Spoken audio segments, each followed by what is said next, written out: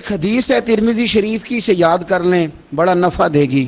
میرے نبی کریم علیہ السلام نے فرمایا اگر ساری دنیا مل کے بھی تیرا نقصان کرنا چاہے تو جب تک رب کی مشیت نہ ہو تیرا نقصان ہو نہیں سکتا۔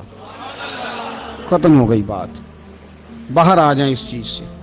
اور فرمایا سارے زمانے کے لوگ مل کر تیرا نفع کرنا چاہیں تو جب تک اللہ نہ چاہے وہ تیرا کوئی نفع کر نہیں سکتے۔ نقصان بھی اللہ کی مشیت پہ ہے، نفع بھی اللہ کی رضا پہ ہے، تو پھر آپ بلا وجہ لوگوں کو دیکھ کر ٹینشن کیوں لیتے ہیں؟ پریشانی کاہے کی ہے؟ آزمائش کس بات کی ہے؟ اپنے آپ کو سکون دیں، اپنے آپ کو مطمئن کریں، کہیں رب بڑا ہی مہربان ہے، اس نے جہاں اچھا سمجھا ہے وہاں اس نے مجھے رکھا ہے۔ اپنے ذہن کو اطمینان دیں، سکون دیں۔ میرے نبی کریم علیہ السلام کی پوری حیات مبارکہ میں آپ کو شکوہ نہیں ملے گا کہیں بھی۔ حضور یتیم پیدا ہوئے، کتنی دفعہ آپ کو کتابوں میں ملتا ہے کہ حضور روئے ہوں کہ میرا باپ ہوتا تو ایسے ہوتا، میری اماں ہوتی تو ایسے ہوتی۔ ہم روز نہیں روتے؟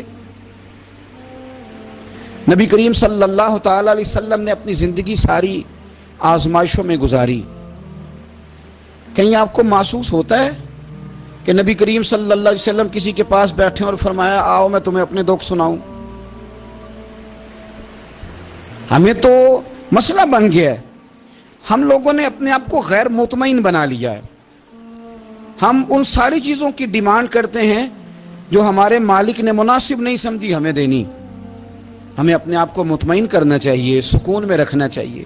اگر آپ تھوڑا سا اپنے آپ کو سکون دیں، اطمینان دیں، کہیں الحمدللہ، اللہ تبارک و تعالی جہاں جس کو چاہتا ہے وہاں اسے بٹھا دیا کرتا ہے۔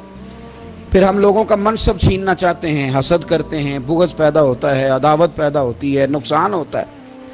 فطری طور پر جو صلاحیتیں اللہ نے دی ہوتی ہیں ان کو بھی زنگ لگ جاتا ہے، زنگ لگنے لگتا ہے ان سب چیزوں کو جو اللہ نے اپنے فضل سے ہمیں دی ہوتی ہیں۔ تو بات کو یاد رکھیں، زندگی میں آپ مطمئن ہو جائیں کہ رب کریم نے جو دیا ہے وہ کمال ہی دیا ہے، کمال ہی۔ حضور کی ایک زوجہ محترمہ تھی تو ان کے ہاتھ ذرا لمبے تھے، مومنوں کی ماں۔ بعض خواتین نے ان سے کہا کہ لمبے ہاتھوں والی، ہم بنا لیتے ہیں نا یہ بھی بات کہ اس کا ناک موٹا ہے تو اس کی آنکھیں چھوٹی ہیں تو اس کے کان بڑے ہیں تو اس کے ہاتھ کیسے ہیں، تو کہا لمبے ہاتھوں والی، تو وہ پریشان ہو گئی۔ نبی کریم علیہ السلام تشریف لائے، کیا ہوا؟ عرض کی یا رسول اللہ مجھے لمبے ہاتھوں والی کہتے ہیں۔ تو حضور فرمانے لگے یہ پریشان ہونے والی بات ہے کہ خوش ہونے والی بات؟ یا رسول اللہ کیا مطلب؟ فرمایا تو کہہ کہ رب نے لمبے ہاتھ اس لیے دیے ہیں تاکہ میں سخاوت زیادہ کر سکوں، میں سخاوت زیادہ۔ یہ جو میرا چہرہ ہے نا، یہ جو آپ کا چہرہ ہے، یہ آپ کی چاہت ہے کہ اللہ کی؟ فی ای صورت ما شاء رکبک، اللہ فرماتے ہیں جیسے میں نے چاہا ہے ویسے تجھے بنایا ہے۔ تو اگر میرا موٹا ناک، میری چھوٹی آنکھیں، میری بڑی آنکھیں، میرے چپٹے کان، یہ میرے تو نہیں، یہ تو میرے رب کی چاہت ہے۔ مجھے اپنے موٹے ہونٹوں سے نفرت کرنی چاہیے کہ اللہ کی چاہت سے پیار کرنا چاہیے؟ مجھے اپنے کالے رنگ پر پریشان رہنا چاہیے کہ رب کی چاہت پر مجھے پیار آنا چاہیے؟ اللہ کی چاہت پر پیار کر، یہ چاہت ہے اللہ کی، یہ چاہت ہے۔ تو اللہ کی چاہت سے محبت کر۔